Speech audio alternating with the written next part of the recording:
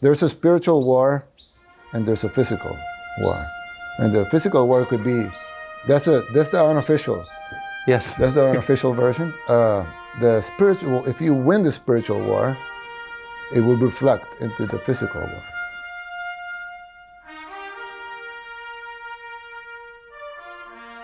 My guess is that of all the countries in the hemisphere, El Salvador seemed in the toughest shape or close to the bottom in the rankings. Definitely. For everything. Yes. Lacking abundant natural resources, etc. And since the country was born. Is that true? Yes, I mean the country has been poor since it was born. Yeah. Lacking everything, basically. Lacking everything. With a dense population, a lot of people packed in. Yeah. So how did you change it? I guess I'll cut right to it. If you can fix El Salvador, what are the lessons for the rest of us? What did you do first?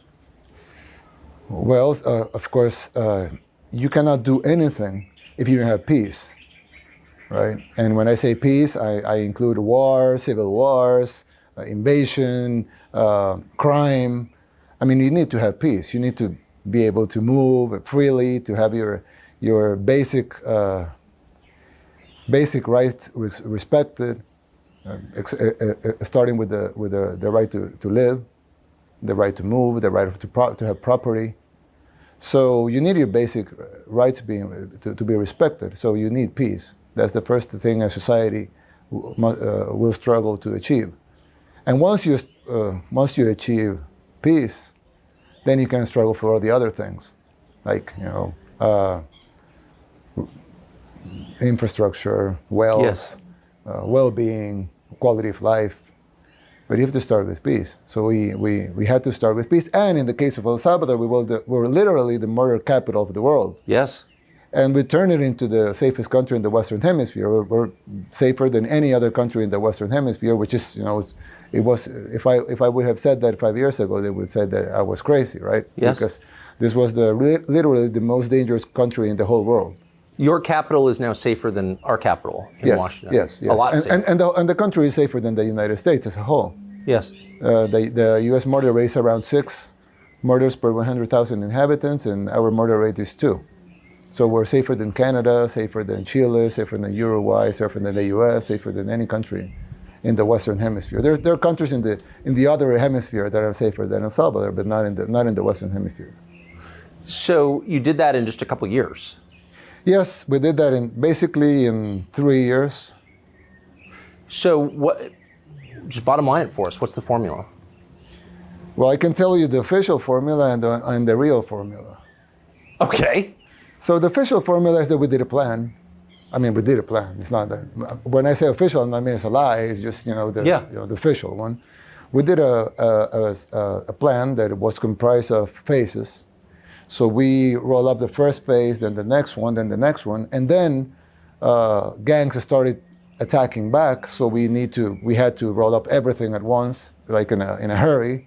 So and it worked. It worked. In a couple of weeks, the country was transformed because the gangs were not yet arrested, but they were on the run.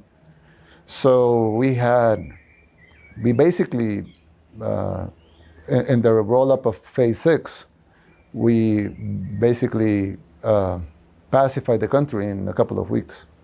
How do you do that? How do you pacify a country? Well, the phases included building up of the police forces, the army. We doubled the army. We literally doubled the army to fight crime, to use the army to fight crime. And we equipped them before, like soldiers, we didn't have useful guns or vehicles, drones, basic things that an operation of that magnitude will need. So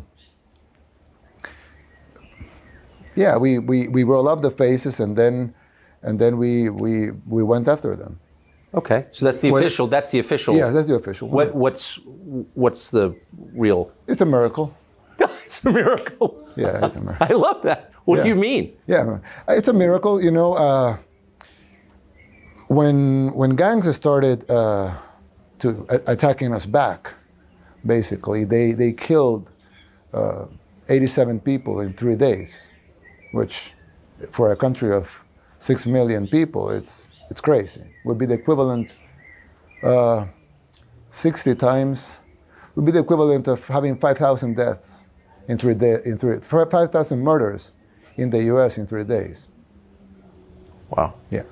So we were in a meeting, and well, when it started, not when it ended, but when it started, we were in a meeting at my office, 3 a.m., 4 a.m., just watching, what was happening and trying to figure out what to do, because the problem with the gangs is that they don't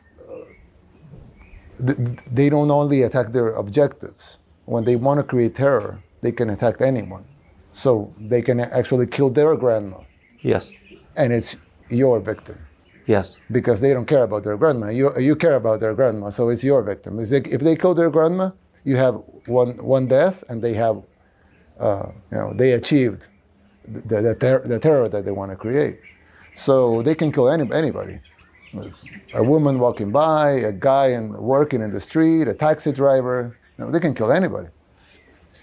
And if the state goes after them, the state has no intention of killing or harming anybody, but the gang members. So you have 70,000 objectives, which were the 70,000 gang members, but they have 6 million possible targets. So it was almost an impossible task. It's a guerrilla war, really. Yes, it is, but it was an impossible task, because you have to go after them. They were intertwined with the population, they were everywhere, and they were killing randomly. So how do you stop them? So we really tried to figure out what to do, and I basically said, well, we're looking into an impossible mission here. So we pray. And we. You prayed in the meeting? Yes, of course, several times. Yeah. What did you pray for? To wisdom, to win the war, to have. I thought at the time that we would have civilian casualties, so we said we prayed that the civilian casualties would be as low as possible, and we didn't have any civilian casualties. And was everyone in the meeting comfortable with that? Yes.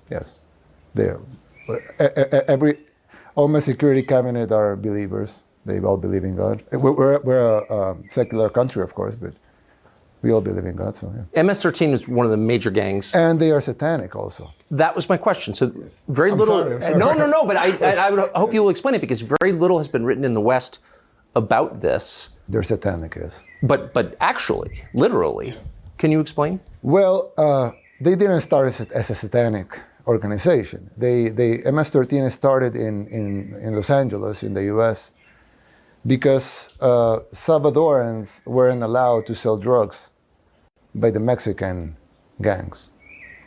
So they created a gang that was called the 18th Street Gang, because they basically wanted to sell drugs in a street that was 18th Street over there. But then division started they started dividing themselves and started infighting. So they created the MS-13. And then MS-13 started outgrowing the other gangs, and they started exporting the organization to other parts of the U.S. And when Bill Clinton decided to deport those guys, he didn't tell our government at the time, I'm deporting this criminal. They just send them here. And they came, there were few, but unchecked. At the same time, some laws were passed to protect minors from imprisonment. And of course, the gangs use that to recruit 15-year-olds, 16-year-olds, 17-year-olds. So at the beginning it was, some youth causing harm, assaulting, trying to control their territory, selling drugs, things that are bad, but probably not critical. But they grew, and they started controlling territories.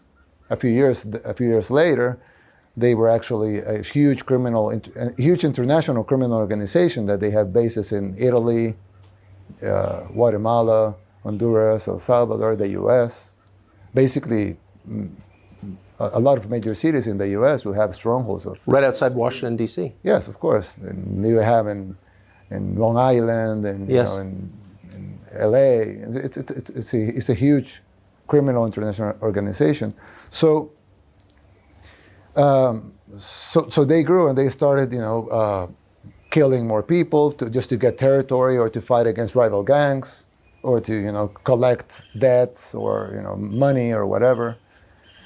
But as the organization grew, they became satanic. They started doing satanic rituals. I don't know exactly when that started, but it was well documented. Yes. And in our arrest, we've even found altars and things like that. Yes, I've seen them. And so they became a satanic organization. And even when you, sometimes when you interview gang members that are in prison, they would say, I'm out of the gang. Of course, they're in prison, but they would say, I'm not a member of the gang anymore. And when they asked them why, I remember I remember the news outlet that made it this, but it's a very well-known news outlet that made this interview with a gang member in person. We allowed them to go into prisons and do the interviews. And the guy that they asked him, how many people have you killed? And he said, I don't remember. He didn't remember how many, probably 10, 20, he didn't remember. And then they asked him, and what is your position in the gang? He explained how he went up in positions, but I left the gang. I said, why did you left the gang? And he said, well, because I was used to kill people, but I killed for territory. I killed to collect money. I killed for extortion. But I came to to this house, and they were about to kill a baby. And the killer that had killed tens of people, said, "Oh, wait, what are we doing? Why are we going to kill that baby?" And they told him, because the beast asked for a baby, so we have to give him a baby. So he said that he couldn't resist that, so he left the gang. He's in prison because he's a killer, but he left the gang because he couldn't tolerate what he was seeing. There's a spiritual war, and there's a physical war. And the physical war could be, that's the unofficial. Yes. That's the unofficial version. The spiritual, if you win the spiritual war, it will reflect into the physical war. So I don't know how to call it, our impressive victory was because we won the spiritual war very, very fast. Well, that leads me, I didn't expect. Because you didn't have competition. I mean, they were satanic. I think that made it easier. In your inaugural, and I was listening on headphones for the translation, so I just want to check this, you said, we have achieved this great victory and made this a safe country, and that's the predicate for everything that follows. And the next thing we're going to do in this term is to work on the economy to make it better. Grow the economy, yeah. And you said, correct me if I'm wrong, you said I have a 3-point plan, and I'm thinking, I wonder what that is. I don't know, start a Federal Reserve Bank? And you said the first point of my plan is seek God's wisdom. Yes. That is what you said. Yeah, I said that, yeah. Why would that be the first point of an economic plan? Why wouldn't it be? Why should it be the first part of the plan? Well, I think it should be. Yeah. But I can't... And most people would think that, right? I've never heard any leader of any country say that. Because they probably forgot to represent the people that elect them. Yeah. It's like you ask most of the people that elect the politicians, they say, yeah, that's fine, yeah, I believe that. But then you ask the politician, and he will say, no, that's not. I mean, so who is he trying to pandering to? I mean, it doesn't make sense, right? Do you think... So it's a common sense thing to seek God's wisdom. Of course. Yeah. It's a prerequisite for wise decision making, I would say. Exactly. So that's the first part of our plan.